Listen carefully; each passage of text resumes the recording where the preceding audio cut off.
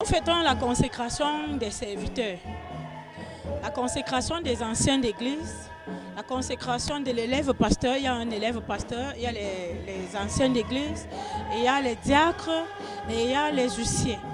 Et la consécration en fait signifie quoi? C'est être mis à part, c'est-à-dire mettre à part des enfants pour le service de l'Éternel. Et le Seigneur lui-même nous a recommandé cette consécration-là pour l'avancement de l'œuvre du ministère. Parce que ce n'est pas tout le monde qui est chargé de servir l'Éternel en plein temps. Alors, il a demandé, comme il a fait avec Samson, il a demandé dans l'Ancien Testament de mettre Samson de côté, à part, afin qu'il puisse le servir. Donc, quand il a déjà choisi son enfant, il le met donc à part, afin que cette personne puisse être consacrée à lui, l'Éternel, qu'il fasse son œuvre telle que lui, il le veut. Et il va vivre comme tout homme vit, mais il y a des choses que cet homme-là ne doit plus faire. Comme la boisson, le péché devient un peu plus prohibé pour lui. Donc, c'est ça la consécration. Il a appelé ses disciples. Et lorsque lui-même Jésus est mort et il est monté au ciel, il a demandé qu'on mette à part, après la mort de Judas, il a demandé qu'on mette à part Paul et Barnabas, Saul à l'époque qui était le persécuteur de l'église. Et le Seigneur a demandé, l'a choisi en tant que persécuteur, un gros pécheur, mais il a choisi. Cela veut dire que Dieu ne fait acception de personne. Il ne fait acception de personne. Il aime tous ses enfants. Et ce qu'il ne veut pas, c'est le péché. Il ne veut pas juste le péché. Je souhaite donc que pendant que nous allons avancer avec cette prière, cette fête, cette grande fête de consécration aujourd'hui, vraiment que ceux-là, les élus que Dieu a choisis aujourd'hui pour manifester sa gloire, qu'ils puissent réellement des serviteurs, des modèles de serviteurs de Dieu. Nous ne sommes pas des hommes parfaits, mais nous devons tendre à la perfection afin que le royaume des cieux puisse être manifesté, surtout au sein de l'Église et dans la société en général. Donc, je vais aussi profiter pour dire, en tant que berger, pasteur principal de la chapelle Bethel, j'ai été appelé par Dieu afin de conduire son peuple, que je puisse conduire son peuple. Et pour conduire ce peuple, il m'a donné une mission. Cette mission, c'est de gagner les âmes au Seigneur. Nous gagnons les âmes au Seigneur, nous les délivrons de l'esprit de l'ennemi, nous les formons en tant que disciples de Jésus-Christ. Et puis, on les relâche dans la société pour servir de gloire pour l'Éternel. Que le Seigneur vous bénisse. Bien sûr, bien sûr. Le Seigneur a dit, allez et faites de toutes les nations les disciples. Alors s'ils sont là, ce matin, ils sont une douzaine qui doivent être consacrés, élevés au Seigneur. Alors, ils sont relâchés pour servir de gloire dans le monde entier. Donc, ils doivent mener à bien le service de l'Éternel. Leur mission, c'est de gagner les âmes. Leur mission, c'est de travailler pour Dieu. Leur mission, c'est d'amener au Seigneur les âmes égarées, les âmes qui ont des problèmes dans leur cœur, afin qu'on puisse les consoler et qu'on leur apporte la joie. Donc nous devons, c'est notre mission.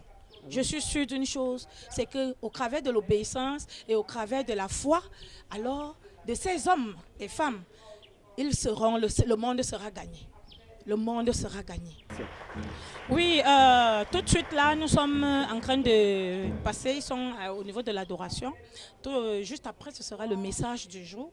Après le message, nous allons donc passer directement à l'onction d'huile, l'onction de tous ces serviteurs élus.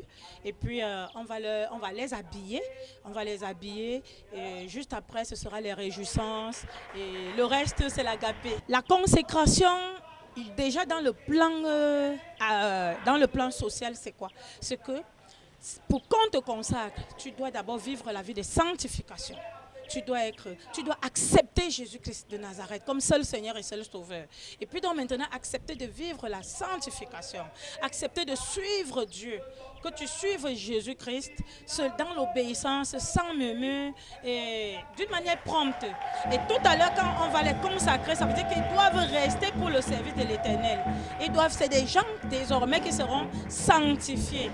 Des modèles, ils seront des modèles, comme je l'ai dit tantôt, pour le service de l'Éternel.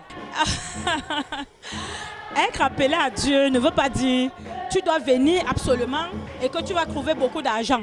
Hein? La Bible dit, le Seigneur dit, l'or et l'argent lui appartiennent.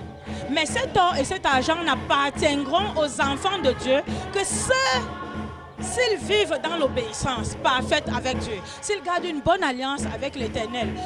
La première richesse, c'est Dieu lui-même. Alors si tu as l'Esprit Saint, c'est l'Esprit Saint qui attire tout le reste, les biens matériels, les richesses matérielles, les richesses autres, c'est l'Esprit Saint qui attire cela. Donc la plus grande richesse aujourd'hui, pour ceux qui seront consacrés, c'est la plénitude de l'Esprit Saint.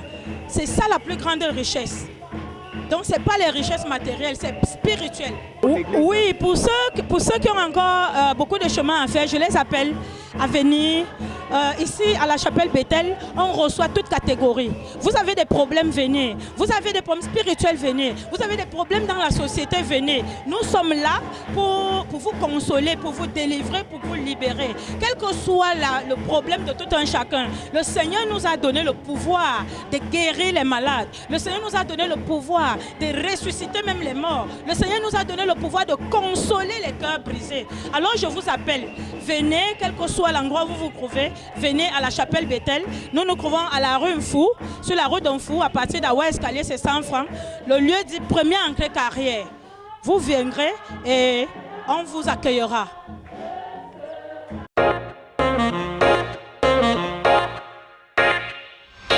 Question de temps télévision, la vitrine des articles et produits 100% made in Cameroun.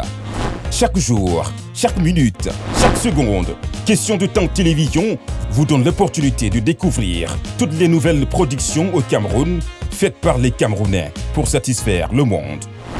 Question de temps télévision se donne la mission de parcourir les coins et les recoins du Cameroun et va à la rencontre des créateurs de concepts, des ingénieurs, des artisans camerounais. Question de temps télévision, votre satisfaction, notre devoir.